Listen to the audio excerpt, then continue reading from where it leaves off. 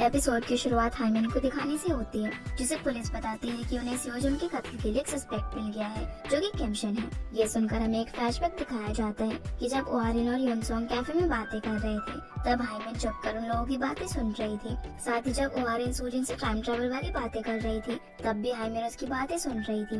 और इसके बाद जब ओहारिन वॉशरूम में फोटो जलाने के लिए जाती है, तब भी हाइमन उसका पीछा करती है और पाती है कि डस्टबिन में एक जली हुई फोटो पड़ी हुई थी, जिसे देखकर हाइमन को यकीन हो जाता है कि ओहारिन सच में टाइम ट्रैवल कर सकती है। आगे हमें वही सीन दिखाया जाता है जहाँ पर ओहारिन युनसोंग को बता रही होती है कि कैसे वो पिक्स को जलाकर पास में जा सकती है। इतने में ही उसे अपने कलीग्स का फोन आता है, जो उसे बताते हैं कि उनके बॉक्स में से एक जोलेटल की बोतल गायब है। ये सुनकर वो दोनों जल्दी से किमशन को खोजने के लिए चले जाते हैं और इस दौरान ओहारिन उसका आईडी कार्ड गिरा देती है, जिससे हाइमिन उस कार्ड को उठा लेती है। फ्लैशबैक खत्म होता है और हमें हाइमिन दिखती है, जो कि ओहारिन के घर के बाहर खड़ी हुई थी।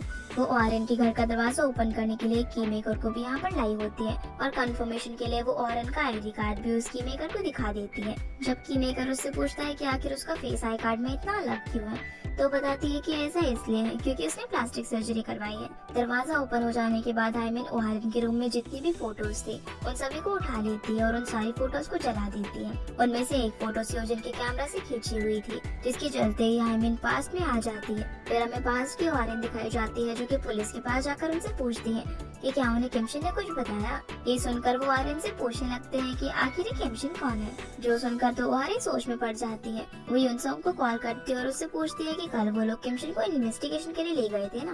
पर ये सुनकर युनसोंग उससे पूछता है कि क्या वो उस किमशन की बात कर रही है जो कि हाई स्कूल में मर गया था। जो सुनकर अचानक से ओहारिन को उसकी एक नई मेमोरी याद आती है, जिसमें किमशन मर चुका था और कुछ लोग उसे एम्बुलेंस में वहाँ से लेकर जा रहे थे। तो अपने फ्रेंड से पूछती है कि आखिर वो कैसे मरा, तो उसे पता चलता है कि उसने अपने हाथ की नस काट ली थी। इसके बाद ओहारिन सियोजुन का नंबर अपने फोन में खोजने लगती है, क्योंकि उसे लगता है कि अगर सियोजुन के मरने से पहले ही उसका कातिल किमशन मर चुका है, तो सियोजुन आज भी जिंदा होगा। पर उसे सियोजुन का नंबर कहीं पर भी नहीं मिलता, जो देखकर उसे यकीन हो जाता है कि कातिल किमशन नहीं हो सकता। इसके बाद वो अपने घर जाकर उन 3 पिक्स को खोजने लगती है, जिनमें उसे 2 फोटोज तो मिल जाती है, पर एक फोटो नहीं मिलती, क्योंकि उसे तो हाइमिन जला चुकी थी। इसके बाद ओहारिन हाइमिन के कैफे में जाती है और वहाँ डस्टबिन में देखने लगती है कि कहीं वहाँ पर तो कोई जली हुई फोटो नहीं है। इतने में ही हाइमिन भी वहाँ पर आ जाती है, तो वो हाइमिन से पूछती है कि क्या उसने डस्टबिन में ऐसा कुछ देखा है, जिस पर हाइमिन तो साफ साफ मना कर देती है और उसे उसका आईडी कार्ड भी वापस दे देती है, जिसे लेकर ओहारिन वहाँ से चली जाती है, जहाँ उसे एक डस्टबिन दिखता है, जिसमें चेक करने पर उसे एक जली हुई फोटो मिलती है। इसके बाद बस में जाते वक्त उसे ख्याल आता है कि कहीं ये सब हाइमिन तो नहीं कर रही, पर फिर वो कहती है कि वो बिना एविडेंस के किसी पर भी इस तरह शक नहीं कर सकती। अब घर जाकर वो एक और फोटो जलाती है और पास में आ जाती है। वो वहाँ पर जाकर सियोजुन को बताती है कि उसे किमशन ने नहीं मारा।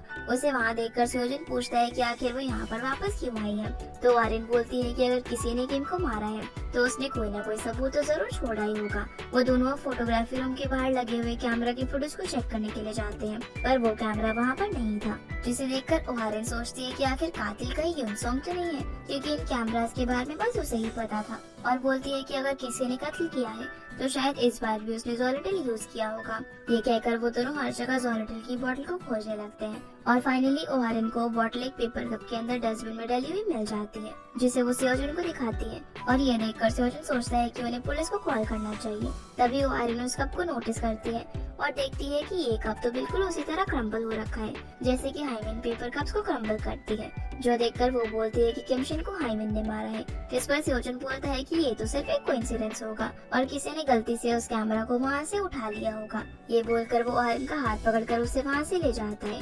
वो ओहारिन से बोलता है कि उसने पहली बार उसका हाथ पकड़ा है, पर वो कुछ रिएक्ट क्यों नहीं कर रही, जिसे सुनकर वो बताती है कि वो फ्यूचर में ऑलरेडी 10 साल सियोजुन को डेट कर चुकी है, इसीलिए उसे इसकी आदत हो गई है। जो सुनकर उसे तो यकीन ही नहीं होता कि वो दोनों 10 साल साथ में रह चुके हैं। इतने में ही एक बिल्डिंग पर लगा हुआ बैनर ओहारिन के ऊपर गिरने ही वाला था, पर सियोजुन उसे बचा लेता है और वो बैनर उस पर गिर जाता है, जिसकी वजह से वो बेहोश हो जाता है।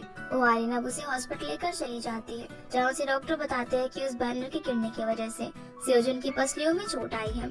ओहारिन अब यहाँ पर सियोजुन के पास ही खड़ी होती है, तभी उसे पुलिस का कॉल आता है, जो उसे बताते हैं कि सिर्फ जोलेटल की बोतल से वो लोग ये नहीं पता लगा सकते कि उसे कत्ल में यूज किया गया है या फिर नहीं है। इसके लिए उन्हें किमशन की ऑटोप्सी करनी होगी, पर उसके पेरेंट्स इसके लिए परमिशन नहीं दे रहे। इसके बाद वो फोन काट देते हैं, जो सुनकर ओहारिन को लगता है कि अब उसे ही कुछ करना होगा।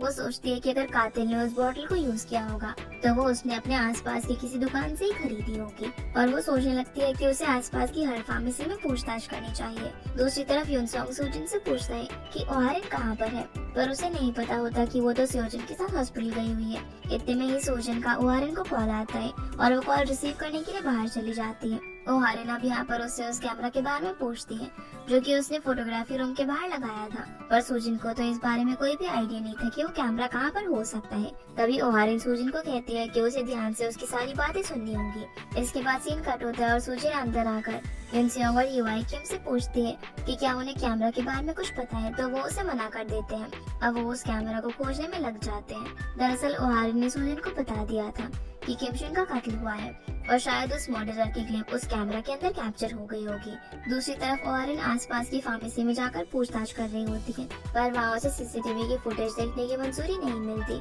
और उसे कुछ पता नहीं चल पाता। इधर वो तीनों स्कूल में कैमरा ढूंढने की कोशिश कर रहे होते हैं कि तभी युनसोंग नोटिस करता है कि किम वहाँ से कहीं पर जाने लगता है, और उसका पीछा करते करते युनसोंग वहाँ पर पहुँच जाता है, जो कि उससे पूछता है कि क्या उसे कैमरा मिला, पर यूआई किम उसे मना कर देता है। लेकिन जब युनसोंग उस रूम में जाने का ट्राई करता है तो यूआई किम उसे रोकने लगता है। इसके बाद सीन ओहारिन पर आता है, जो कि सेओजिन के हॉस्पिटल पहुंचती है, जहाँ उसे पता चलता है कि उसे होश आ चुका है। उसे सही सलामत देखकर ओहारिन रोने लगती है और बोलती है कि वो तो काफी डर गई थी।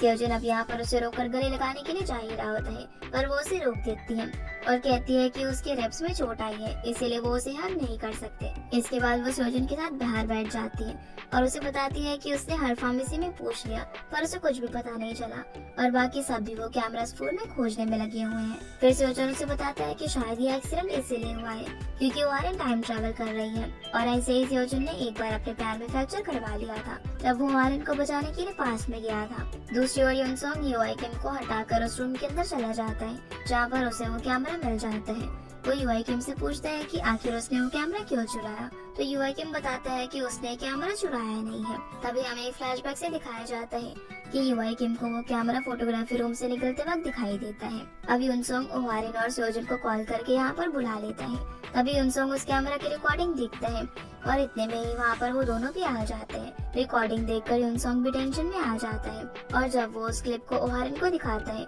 जहाँ वो देखता है कि किमशन आज रूम से बाहर जा रहा था, तभी वहाँ पर एक लड़की आती हुई दिखती है, जिसे देखकर ओहारिन कहती है कि सूजिन। अभी चारों लोग फोटोग्राफी रूम में बैठे हुए थे, तभी वहाँ पर सूजिन आ जाती है, जहाँ पर सभी लोग उसे ढूंढने लगते हैं। सबको ऐसे देखकर वो पूछती है कि आखिर क्या हुआ है। तभी वो लोग उसे रिकॉर्डिंग दिखाते हैं जिसमें सूजिन दिख रही थी। ये देखकर वो साफ साफ मना कर देती है कि वो उस फुटेज में नहीं है, जिसे सुनकर युनसोंग उससे कहता है कि इस फुटेज में जो लड़की है उसका स्वेटर हेयर क्लिप सब कुछ सूजिन की तरह ही है। सेओजिन उससे पूछता है कि वो कल लंच के टाइम उनके साथ नहीं थी ना, तो वो बताती है कि वो तो शॉप में चली गई थी। सेओजिन कहता है कि शॉप तो कल बंद थी। तभी युनसोंग कहता है कि उसने पहले ही उन्हें बताया था कि वो घर चली गई थी। सेओजिन भी यहाँ पर बोलती है कि वो शॉप जाने के बाद घर चली गई थी, और सबको उसे इतने सारे सवाल पूछता हुआ देखकर यूआई किम सबसे कहता है कि उन्हें उस पर शक नहीं करना चाहिए क्योंकि फुटेज में उसका फेस नहीं दिख रहा है। जिसे सुनकर युनसोंग पूछता है कि जब पहली बार तुमने वो फुटेज देखी थी तब तुम्हें भी उस पर शक हुआ था ना, इसीलिए तुमने इस कैमरा को छुपा दिया। अब सभी लोग को उस पर शक करता हुआ देखकर सूजिन वहाँ से सैड होकर चली जाती है। आगे हम देखते हैं कि पुलिस भी अब सूजिन को पकड़ कर ले जाती है, जो देखकर हाइमिन काफी खुश होती है। पुलिस उसे वो स्वेटर और हेयर पिन दिखाकर उससे पूछती है कि क्या वो उसी की है, तो सूजिन हाँ कहती है, पर जब वो उस फुटेज को देखती है तो बताती है कि इस फुटेज के अंदर वो नहीं है। पुलिस उससे पूछती है कि उस दिन लंच के वक्त वो स्कूल में कहाँ पर गई थी, तो वो उन्हें सब कुछ सच बता देती है। दूसरी ओर यूआई किम, जो कि सभी लोगों को बताता है कि सूजिन का पेट कुछ दिनों से खराब है और जब उसके पेट में दर्द हुआ था तब वो घर वापस चली गई थी।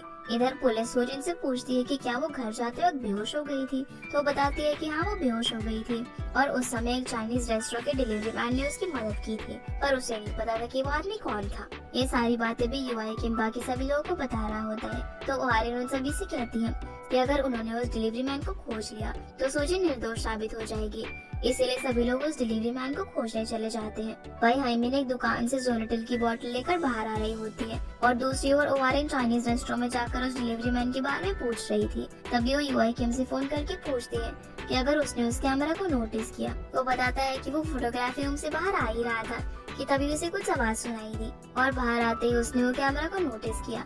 साथ ही जिस अलमीरा पर वो कैमरा था, उस अलमीरा के ऊपर उसे यूनसोंग की वॉच भी मिली थी, जो सुनकर ओ हारिन और भी ज्यादा कंफ्यूज हो जाती है। तभी वहाँ पर सोजुन आता है और उसे बताता है कि उन लोगों ने उस डिलीवरी मैन को ढूंढ लिया है और अब वो लोग उसे लेकर पुलिस के पास जा रहे हैं। ये सुनकर वो काफी खुश होती है। आगे ओ हारिन स्कूल में आर्ट रूम की तरफ जा रही थी कि तभी सोजुन उससे पूछता है कि आखिर वो कहाँ जा रही है। ओ हारिन बताती है कि जब उसे सूजन घर चली गई थी, उसके बाद कातिल ने सूजन का स्वेटर और यूनसोंग की वॉच चुराई होगी। फिर वो पूरी सिचुएशन को इमेजिन करती है, जिसमें वो सोचती है कि पहले कातिल ने टाइम ट्रेवल करके पास में आया होगा, फिर उसने सूजन का स्वेटर और यूनसोंग की वॉच चुराई होगी और जब किमशन आर्ट रूम में होगा तब वो सूजन की तरह बनकर आर्ट रूम में गई होगी और किम की ड्रिंक में सोरेटिल मिलाकर उसे मार दिया होगा। फिर उसने कैमरा को चेक करके और फुटेज को एडिट करके कैमरा को वहीं पर रख दिया और यूनसोंग की वॉच को कैबिनेट में रख दिया होगा ताकि यूनसोंग वॉच को खोजता हुआ वहाँ पर आए और उसके बाद वो उस कैमरा की रिकॉर्डिंग को चेक करे, जिससे कि सारा शक सूजन पर जाए। अब वो क्लू खोजने के लिए आर्ट रूम में चले जाते हैं, जहाँ पर मिरर में अपनी रिफ्लेक्शन देखकर ओ हारिन को एक आइडिया आता है। वो फिर से उस फुटेज को सियोजुन के साथ मिलकर देखती है, जैसे वो लड़की जिसे वो सियोजुन समझ रही थी वो मिरर के पास पहुँचती है तो वो लोग मिरर में उसके रिफ्लेक्शन देख पाते हैं, जो कि और कोई नहीं बल्कि हाइमिन थी। ये देखकर वो दोनों ही काफी शॉक रह जाते हैं। सियोजुन तो ये देखकर रोने लगता है और सोचने लगता है कि आखिर उसने ऐसा क्यों किया। ओ हारिन उसे शांत करने की कोशिश करती है और आगे हम सीन देखते हैं जहाँ पर पुलिस स्टेशन हाइमिन को पकड़कर ले जा रही थी। इसी के साथ ये एपिसोड यहीं पर खत्म हो जाता है। तो गाइस, आगे की कहानी जानने के लिए इस वीडियो को लाइक कर दीजिए और चैनल को सब्सक्राइब भी कर दीजिए वीडियो की नोटिफिकेशन पाने के लिए। आपसे फिर मिलते हैं अगले एपिसोड में, तब तक के लिए गुड बाय।